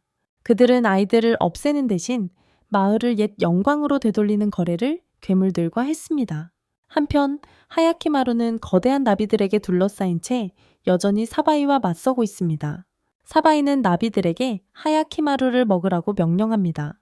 사바이는 마을을 방문하는 관광객들을 자신의 집으로 유인하여 나비들에게 제물로 바치는 것으로 드러납니다. 하지만 하야키마루는 주변의 나비들을 모두 죽인다. 먹이가 없어진 나머지 나비들은 마을을 공격하기 시작하고 식량 창고를 포함한 모든 것이 불타면서 엄청난 혼란이 초래된다. 마을 사람들은 겨울을 날 식량이 없어 절망에 빠진다. 사바이는 자신이 수년간 쌓아온 모든 것이 눈앞에서 타오르는 것을 충격 속에 지켜본다. 한편 하야키마루는 거대한 나비와 맞서 싸워 죽이지만 그의 척추가 재생되기 시작하면서 극심한 고통이 찾아오고 처음에는 걸을 수 없게 된다. 도로로는 하야키마루를 돕고 그들은 마을로 돌아온다. 도로로는 마을 사람들의 고통에 깊은 연민을 느낀다. 하지만 하야키마루는 무관심한 채로 남고 이에 도로로는 크게 화를 낸다.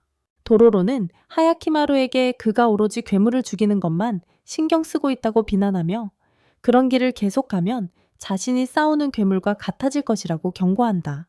하야키마루는 아무 말 없이 계속 걸어간다. 격분한 도로로는 하야키마루를 두고 뛰쳐나간다. 길 중간쯤 가서야 하야키마루는 도로로가 자기 옆에 없다는 것을 깨닫는다. 한편 도로로는 이타치와 마주치는데 이타치는 그를 보자 나머지 보물지도를 찾고 있었다고 말한다. 도로로는 아무것도 모른다고 이타치에게 거짓말을 하고 심지어 그것을 증명하려고 등을 보여준다. 이타치는 도로로가 보물에 대해 무언가 알고 있을 것이며 둘 다 그로부터 이득을 볼 수 있다고 주장한다.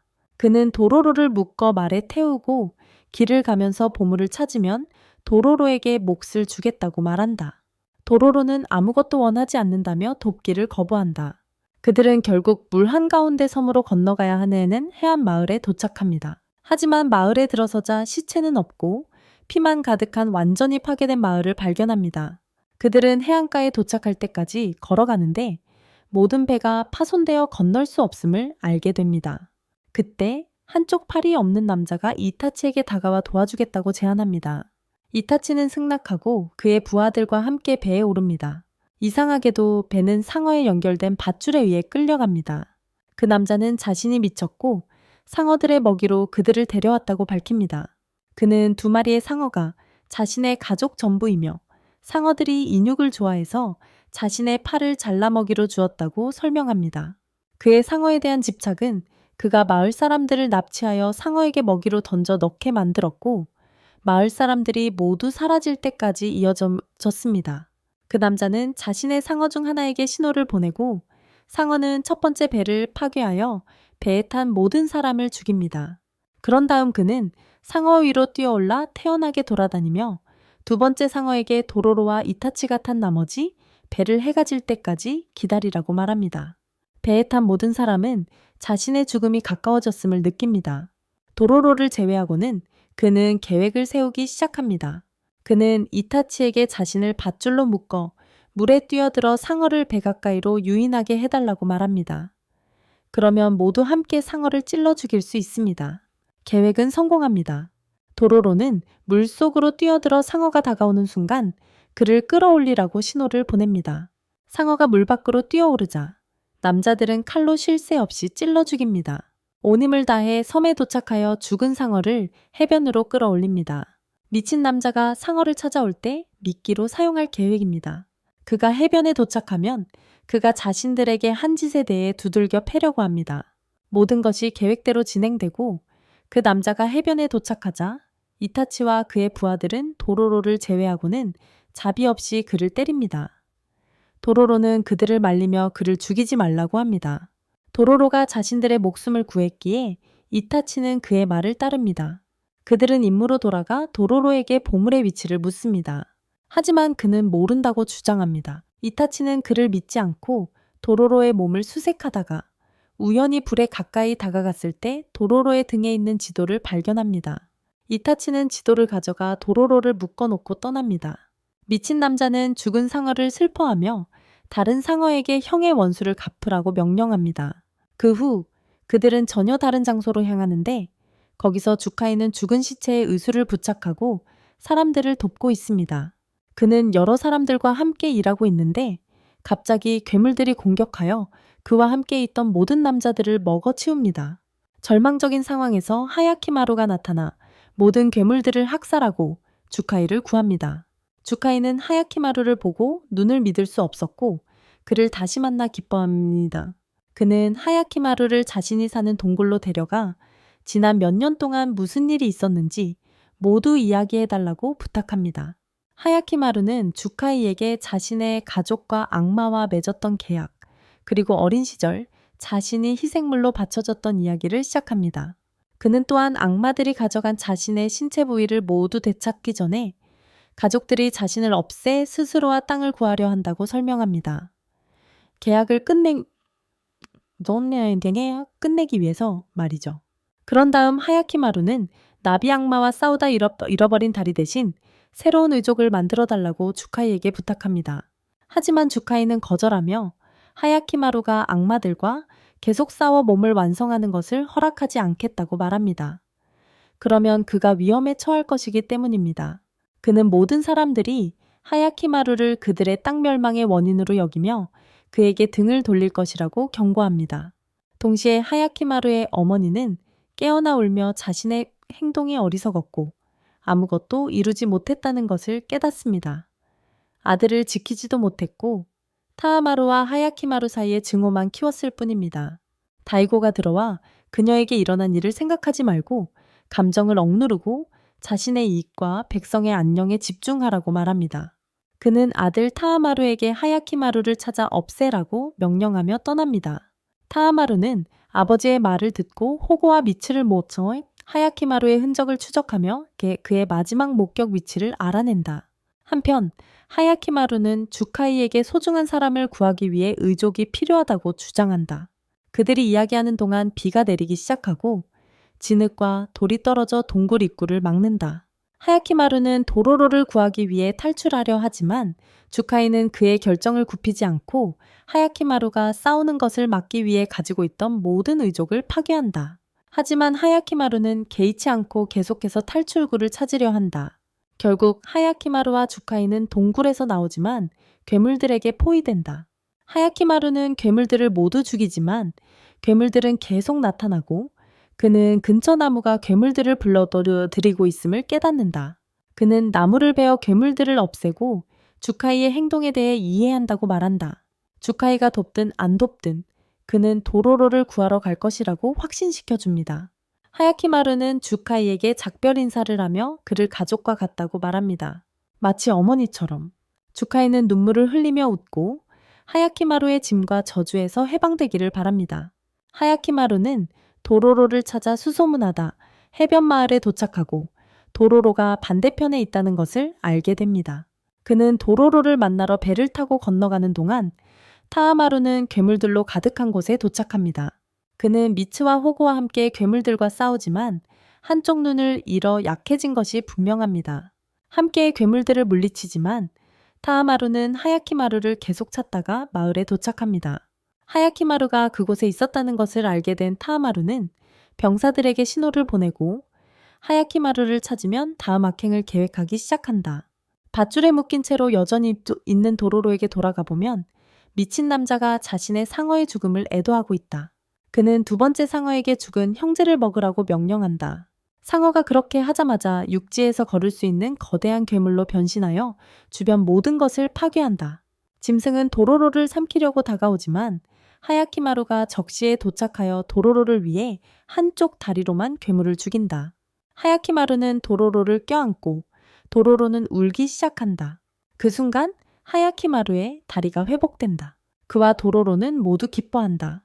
도로로는 그에게 모든 것을 이야기하고 이타치가 보물에 도달하는 것을 막아야 한다고 말한다.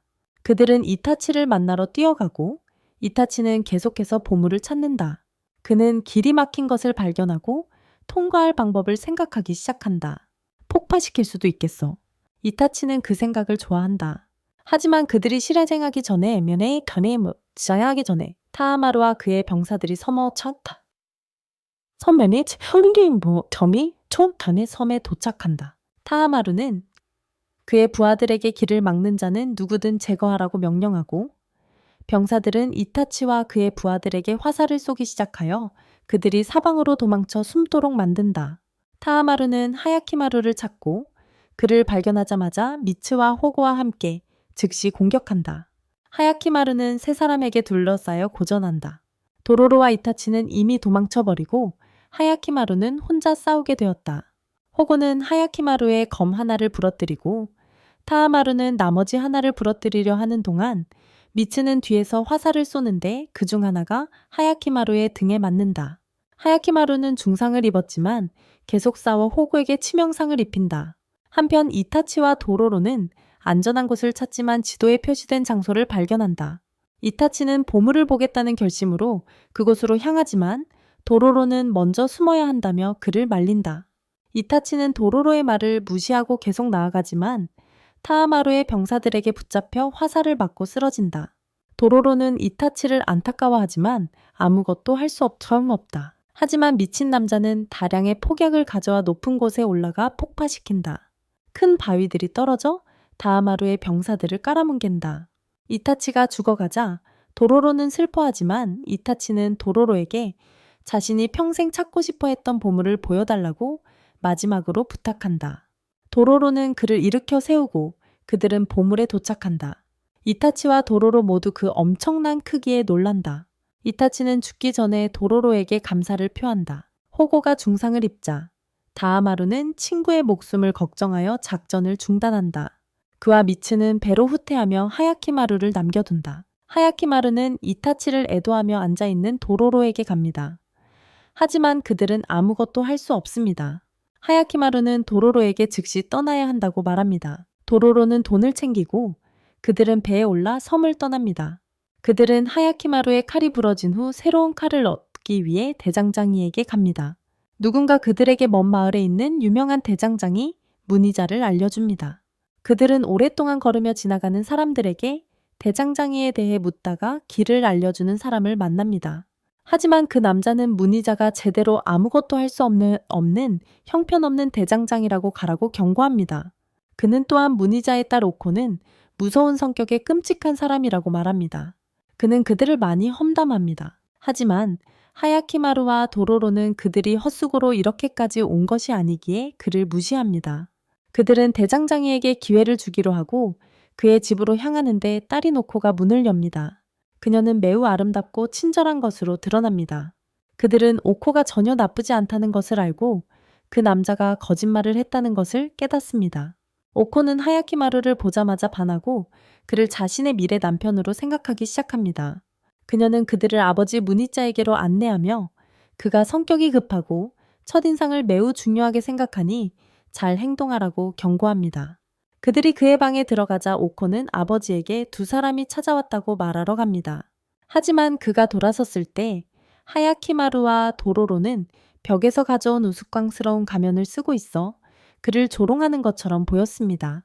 오코는 자신의 잠재적 신랑감을 잃고 싶지 않아 상황을 수습하기 위해 그를 진정시키려 합니다. 문희자는 그들에게 부러진 검을 보러 공방에 가자고 말합니다. 그들은 모두 공방으로 가고 거기서 작은 도깨비 같은 생명체가 나타납니다. 그것은 하야키마루에게 주문을 걸어 요구하는 것과 반대로 행동하게 만듭니다. 예를 들어 문희자가 그에게 칼을 테이블에 놓으라고 하자 하야키마루는 칼 대신 도로로를 들어 테이블에 올려놓습니다. 하지만 아무도 눈치채지 못하고 도로로는 일어나서 아무 일도 없었던 것처럼 칼을 테이블에 놓습니다. 그들은 모두 문희자의 집으로 돌아가고 거기서 도로로와 하야키마루는 문희자가 칼을 고치는 동안 며칠 머물 계획입니다. 도로로는 하야키마루에게 괴물로부터 자신들을 지키기 위해 검이 얼마나 필요한지 이야기한다. 하지만 하야키마루는 지금은 검이 필요 없다고 말하고 도로로는 어리둥절해한다. 도로로는 하야키마루에게 검이 필요 없다면 왜 이렇게 멀리까지 왔냐고 묻고 그에게 짜증을 낸다. 바로 그때 오코가 저녁을 가지고 들어와 그들과 함께 앉는다. 그녀는 하야키마루에게 다가가며 그에 대한 감탄을 표현한다. 하야키마루는 자신도 그녀를 좋아한다고 말하지만 그것은 반어적인 표현이다. 도로로는 하야키마루의 말에 충격을 받고 그가 언제 오코를 사랑하게 되었는지 묻는다. 오코는 도로로를 침묵시키고 하야키마루에게 자신과 결혼할 것인지 묻는다. 하야키마루는 동의하고 도로로는 완전히 경악합니다. 무슨 일이 일어나는지 이해하지 못해 모두에게 소리칩니다. 오코는 기뻐하며 하야키마루에게 자신이 어디든 따라가겠다고 말합니다. 도로로는 자신만이 하야키마루의 여정에 동행하며 다른 사람은 아무도 합류하지 않는다고 말합니다. 하야키마루는 도로로가 곁에 있기를 원치 않고 대신 오코가 자신과 함께하기를 원한다고 말합니다. 도로로는 깊은 상처를 받고 눈물을 흘리며 집을 나서기 전에 하야키마루에게 행복한 삶을 기원합니다. 다음 날 오코는 마을 사람들을 모아 약혼을 축하하고 결혼 준비를 합니다. 하야키마루는 그녀가 하는 말에 모두 동의하지만 속으로는 정반대의 생각을 하고 있습니다. 한편 도로로는 대장간으로 가서 미니짜를 만나 하야키마루의 행동에 얼마나 화가 났는지 이야기한다. 미니짜는 그에게 몇 가지 질문을 하고 도로로는 실제 의미와는 반대되는 답을 한다. 미니짜는 어리둥절하지만 도로로는 눈치채지 못하고 대장간에서 잠이 든다. 다음 날 도로로가 깨어나자 평소처럼 말하는 것을 발견한다. 그는 상황에 대해 깊이 생각하기 시작하고 대장간이 문제라는 것을 깨닫는다.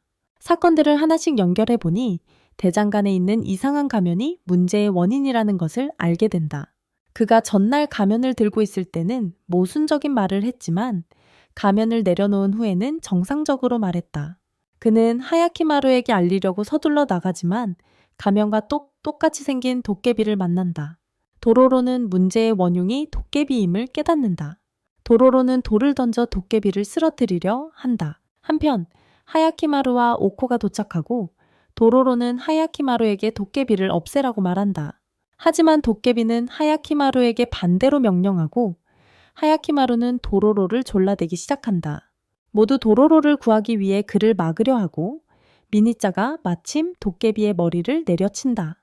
마법이 풀리고 하야키마루는 정상으로마관에 다해 더미모는 정상으로 돌아온다. 그는 오코에게 결혼하고 싶지 않다고 말하고 오코는 그 상황을 받아들인다. 하야키마루와 도로로는 마을 사람들에게 모든 것을 설명하고 결혼식은 취소된다. 그때 마을 사람 중 한 명이 말합니다. 도로로와 야키마루에게 미니짜가 형편없는 대장장이라고 말했던 바로 그 남자였습니다. 그는 오코에 대한 사랑을 고백하고 청혼합니다. 오코는 얼굴을 붉히며 곧바로 승낙하고 모든 것이 정상으로 돌아옵니다. 다이고의 땅으로 돌아와 보니 새로운 재앙이 닥쳤습니다. 메뚜기 떼가 모든 벼농사를 파괴했고 땅과 마을에 다시 질병이 퍼지기 시작했습니다. 사람들은 기근을 겪고 먹을 것이 없어 굶주림 직전에 노인 아이들을 위해 어떤 음식이라도 달라고 타하마루에게 애원합니다. 타하마루는 그들을 깊이 안타까워하며 마츠와 효고와 함께 가지고 있던 음식을 그들에게 줍니다. 그들은 지난번에 하야키마루를 죽이지 못한 것이 이러한 재앙의 원인이라고 말합니다. 타하마루는 가능한 한 빨리 하야키마루를 찾아 제거해야 한다고 결정합니다. 한편 다이고는 지옥전에서 이상한 일이 일어났다는 사람과 함께 서 있습니다.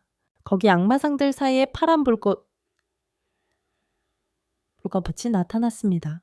다이고는 나중에 조사하겠다고 말합니다. 그런 다음 하야키마루와 도로로가 가을을 즐기는 장면으로 돌아갑니다. 카즈미츠는 과일을 따서 도로로와 나눕니다. 그들은 악마에 대해 이야기하고 사부라는 남자가 그들의 대화를 엿듣고 약 6개월 동안 특정 악마를 사냥해 왔다고 말합니다. 도로로가 이유를 묻자 사부는 이 악귀가 자신의 어머니를 죽였다며 복수를 하겠다고 설명한다. 도로로는 하야키마루가 훌륭한 악귀 사냥꾼이며 그를 도울 것이라고 확신시켜준다. 세 사람은 악귀를 찾아 나선다. 악귀가 나타나자 그것은 공포스럽고 거대한 생명체였다. 하야키마루가 공격하자 사부는 뒤에서 하야키마루를 죽이려 한다. 하야키마루는 사부가 왜 악귀를 감싸는지 이해하지 못하고 어리둥절해한다. 도로로와 하야키마루는 사부가 미쳤다고 생각한다. 그 악귀는 매우 강력했다. 싸움 도중 도로로와 야키마루는 절벽에서 떨어진다. 도로로는 기절하고 야키마루는 그를 깨우려 한다. 도로로가 깨어나자 자신의 손이 바위 사이에 끼어 있는 것을 발견하고 두 사람은 손을 빼려고 애쓴다. 땅에서 물이 차오르기 시작하면서 그들이 갇힌 곳이 물에 차기 시작하자 상황은 더욱 악화된다. 야키마루는 둘 다 익사하기 전에 필사적으로 도로로를 구하려 한다. 바로 그때 노인이 다시 나타나 도로로를 구한다. 둘 다 위기에 처할 때마다 노인이 나타나는 것에 놀란다. 사부의 과거 이야기가 나온다. 6개월 전 그는 어머니와 함께 일에 필요한 물품을 구하러 갔다가 악마를 만났습니다. 악마는 사부를 심하게 다쳤고 사부는 공포에 질려 어머니를 버리고 도망쳤습니다. 어머니는 그의 도움을 간청했지만 그는 충격으로 집으로 달아났습니다. 마을 사람들은 그와 그의 어머니를 버리고 그에게 어머니의 원수를 갚도록 도와주겠다고 약속했지만 그의 어머니를 버렸다고 비겁하다고 비난했습니다. 그들이 악마의 소굴에 도착했을 때 마을 사람들은 모두 죽었고 사부는 공포에 질려 숨었기 때문에 혼자 남았습니다. 사부의 행동은 자신이 유일한 비겁자가 아니라는 것을 증명하려는 그의 필요에서 비롯되었습니다. 다른 사람들도 자신처럼 악마에게서 비명을 지르며 도망치는 것을 보고 자신의 죄책감을 덜고 싶어 했습니다. 하야키마루는 악마의 소굴로 돌아와 악마를 죽이고 머리를 반이나 잘라냅니다. 사부는 충격을 받고 자신이 하야키마루처럼 했어야 했다며 자신이 정말 비겁자임을 깨닫습니다. 갑자기 악귀가 부활하여 사부를 먹고 날개를 돋우며 더욱 강해진다. 하야키마루는 다시 악귀를 공격하여 완전히 찢어 발긴다. 도로로는 악귀를 죽였음에도 불구하고 그의 몸이 회복되지 않자 슬픔에 잠긴 하야키마루를 발견한다. 그는 다이고와 대면하기 전까지는 자신의 몸을 되찾을 수 없다는 것을 깨닫는다. 동시에 지옥전의 조각상들이 다시 형태를 갖추기 시작하는데 이는 악귀들이 하야키마루가 자신의 몸을 되찾고 다이고와의 계약을 무효화하는 것을 막으려 한다는 것을 의미한다. 하야키마루는 분노에 차서 자신의 몸을 되찾는 것에만 집중한다. 도로로는 하야키마루의 이기적인 태도에 불만을 느낀다. 여정 중 그들은 아사쿠라 병사들을 만난다. 도로로는 하야키마루에게 병사들이 향하는 마을들에 끔찍한 일이 벌어지고 있을 거라고 말하지만 하야키마루는 상관없다며 다이고에게만 가고 싶다고 말한다. 도로로는 하야키마루가 다이고의 영지에 도착하면 무엇을 할 것이냐고 묻는다. 하야키마루는 자신의 몸을 되찾기 위해 모두를 죽일 것이라고 대답한다. 도로로는 그가 다시는 가족을 볼 수 없게 되고 후회할지도 모른다고 경고하지만 하야키마루는 도로로만이 자신의 유일한 가족이며 다른 것은 필요 없다고 주장한다. 다이고는 자신의 영지에서 발생하는 기근과 아사쿠라의 침공 위협을 감당하기 위해 고군분투하며 혼란이 극에 달한다. 그는 전쟁을 위해 민간인들을 징집하고 그들의 말을 징발하여 더 큰 혼란을 야기한다. 혼란을 목격한 무츠와 효고는 아사쿠라가 자신의 마을을 공격하여 자신들을 포로로 잡고 수개월 동안 굶겼던 어린 시절을 떠올린다. 다이고는 그들을 구출하여 자신의 집으로 데려와 타하마루를 돌보도록 했다. 그들은 하야키마루를 찾아 제거하여 고통을 끝내기로 결심합니다. 다이고는 아사쿠라와의 전쟁을 피하기 위해 타하마루에게 하야키마루를 빨리 찾아주기라고 명령합니다. 타하마루는 그를 안심시키고 무츠와 효고와 함께 길을 떠납니다. 한편 다이고의 영토 근처에 있는 하야키마루는 임박한 전쟁에 대해 경고하는 한 남자를 만납니다. 하야키마루는 그 남자를 위협하지만 도로로는 그를 막고 급격히 변한 하야키마루를 비난합니다. 하야키마루는 자신이 평범한 인간이 되어야 하고 다른 사람들을 위해 죽는 것이 아니라 제정신을 차리고 싶다고 주장합니다. 도로로는 하야키마루의 말이 옳다고 생각하며 이해합니다. 그들은 여정을 계속합니다. 하야키마루를 찾지 못한 타하마루는 캠프를 치고 휴식을 취하기로 결정하고 무츠가 기진맥진한 것을 알아챕니다. 그는 그녀에게 휴식을 취하라고 명령하고 아침에 수색을 재개할 계획입니다. 다음 날 그들은 산의 높은 곳에 도착하여 하야키마루를 발견합니다. 타하마루는 즉시 공격합니다. 그리고 격렬한 전투가 벌어집니다. 미쳐 날뛰듯 싸우는 하야키마루는 무츠와 효고의 팔을 베어버리고 타하마루를 죽이려고 합니다. 타하마루에게 충성하는 한 병사가 말을 타고 하야키마루에게 돌격하여 그를 쓰러뜨립니다. 다이고가 타하마루를 보호하기 위해 보낸 그 병사는 그를 안전하게 집으로 데려가기 위해 약을 먹이고 다시 하야키마루를 찾을 수 있도록 도로로를 사로잡습니다. 그러자 모두 다이고의 땅으로 돌아가고 타하마루는 효고의 안부를 확인하러 간다. 그 후 누군가가 와서 무츠가 중병에 걸려 곧 죽을 것이라고 말하자 그는 효고와 함께 무츠를 보러 서둘러 간다. 하지만 감염을 피하기 위해 안으로 들어갈 수 없다 이럽니다. 타하마루는 깊은 슬픔에 잠겨 무츠를 탓하며 자책한다. 한편 도로로는 감옥에 갇힌다. 하지만 하야키마루의 어머니가 와서 문을 열어주고 그는 간수들의 눈을 피해 도망친다. 그녀는 도로로를 감옥에서 완전히 빼내기 위해 안전한 장소를 찾으려 한다. 하지만 간수들이 도착한다. 그녀는 그들이 떠날 때까지 도로로를 숨긴 후 바깥으로 이어지는 작은 문으로 그를 데려간다. 그녀는 그가 밖으로 나갔는지 확인할 때까지 함께 걷다가 그에게 어디로 가는지 묻는다. 그는 하야키마루를 찾으러 갈 것이라고 말한다. 그녀는 그가 지금까지 하야키마루 곁에 있어줘서 고맙다고 말하고 그는 하야키마루를 만나면 그가 자신을 도왔다고 전하겠다고 약속하며 작별 인사를 한다. 도로로는 하야키마루가 어린 시절 자신을 버린 것을 결코 용서하지 않을 것이라고 믿어 그녀를 데려가는 것을 망설인다. 그녀는 상관없다며 멀리서라도 그를 보고 싶다고 말한다. 도로로는 동의하고 그들은 하야키마루에게 도착하기 위해 강에 있는 배에 오른다. 갑자기 강한 물살이 그들을 물속으로 휩쓸어 간다. 도로로는 나중에 깨어나 자신이 늙은이 옆 마을에 있는 것을 발견하고 늙은이는 자신이 그를 구했다고 말한다. 도로로는 무슨 일이 있었는지 기억하려고 하며 하야키마루의 어머니를 떠올린다. 그는 어머니에 대해 묻고 늙은이는 그녀가 마을에서 부상자들을 돕고 있다고 말한다. 도로로는 하야키마루를 찾는 것을 계속하기 전에 마을 사람들을 돕기 위해 잠시 마을에 머물기로 한다. 한편 무츠는 방에서 뛰쳐나와 말을 타고 지옥전으로 향한다. 효고와 타하마루는 재빨리 그녀를 따라가며 계속해서 그녀를 부른다. 그녀는 지옥전에 도착하여 악마상 앞에 서서 다이고의 땅을 옛 상태로 되돌리는 대가로 자신의 몸과 영혼을 바친다. 효고와 타하마루가 도착하여 그녀를 막으려 할 때 그녀 주위로 회오리가 일어난다. 소용돌이 속으로 들어선다. 갑자기 소용돌이가 멈추고 악귀들은 그녀의 제안을 거절하며 하야키마루만을 원한다. 타하마루는 더욱 격분하여 하야키마루를 필사적으로 찾는다. 동시에 사나운 말을 탄 하야키마루는 도로로를 찾아 길을 가로막는 모든 것을 쓰러뜨린다. 도로로와 그의 어머니는 이 소식을 듣고 다시 하야키마루를 찾기로 한다. 그는 다이고의 땅에 가까워지던 중 우연히 붉은 눈과 나타난 세 번째 눈으로 이상한 모습을 한 타하마루를 만난다. 하야키마루는 재빨리 검을 뽑아 그를 끝장낼 채비를 한다. 우리는 또한 효고와 무스가 사지를 되찾았다는 것을 놀랍게 란레템부와 뱀탑 놀랍게 발견한다. 하지만 붉은색이야. 치타 하야키마루가 싸우는 동안 노인과 도로로 그리고 하야키마루의 어머니는 멀리서 지켜본다. 많은 것을 알고 있는 것 같은 노인은 도로로에게 다이고가 악마와 계약을 맺었을 때 지옥전당에 12개의 조각상이 있었다고 설명한다. 각 악마는 하야키마루의 일부를 가져갔다. 한 악마는 아무것도 가져가지 못했고 그래서 하야키마루는 살아남았다. 악마들은 이제 계약을 완성하려 한다. 만약 실패하면 다이고의 땅을 파괴할 것이다. 하야키마루가 죽인 각 악마는 그의 일부를 돌려주었고 그래서 조각상들이 부서졌다.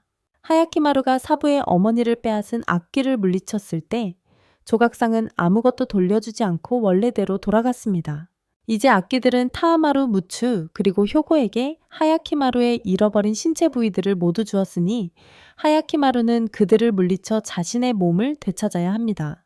하야키마루가 싸우는 동안 그의 사나운 말이 효고의 목을 베자 하야키마루의 두 팔이 돌아왔습니다.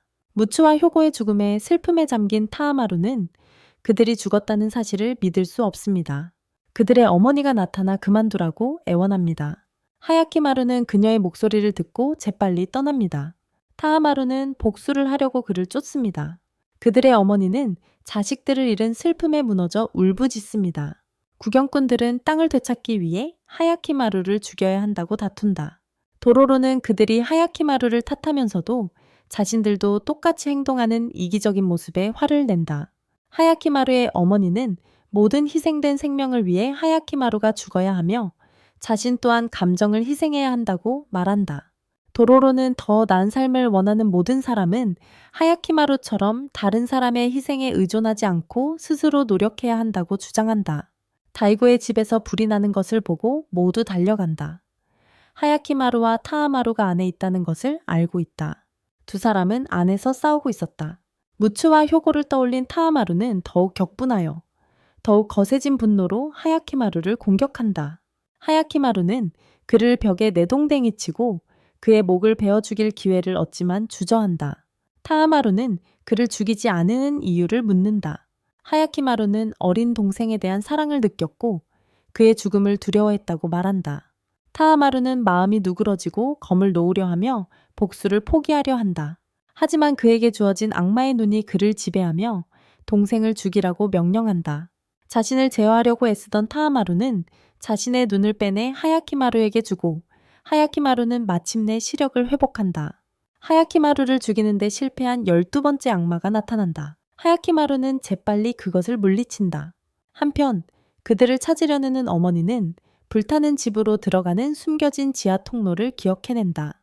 그녀는 길이 막힌 것을 발견하지만 주카이가 나타나 도와주자 놀란다. 주카이는 하야키마루를 계속 지켜보고 있었다는 것을 밝힌다.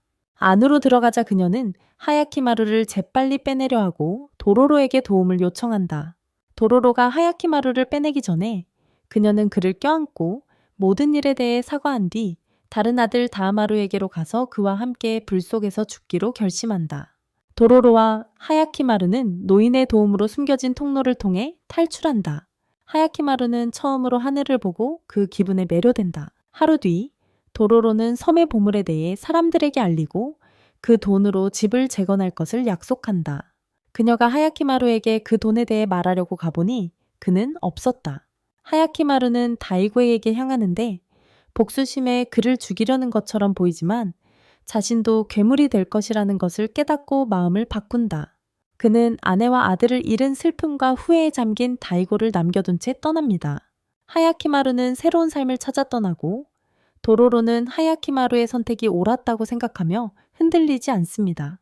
그는 새로운 삶을 시작하고 모든 것이 제자리로 돌아오며 세상은 이전보다 더 나은 것이 됩니다.